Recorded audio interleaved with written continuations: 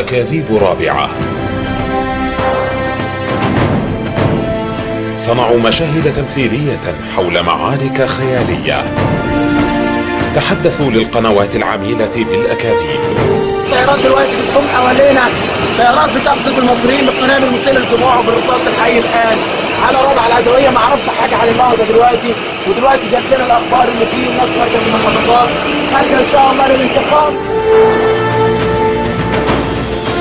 صوروا مشاهد لأكفان لكنها تحركت.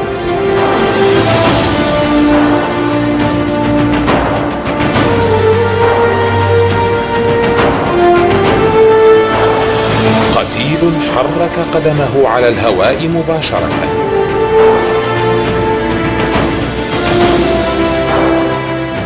أكاذيب رابعة.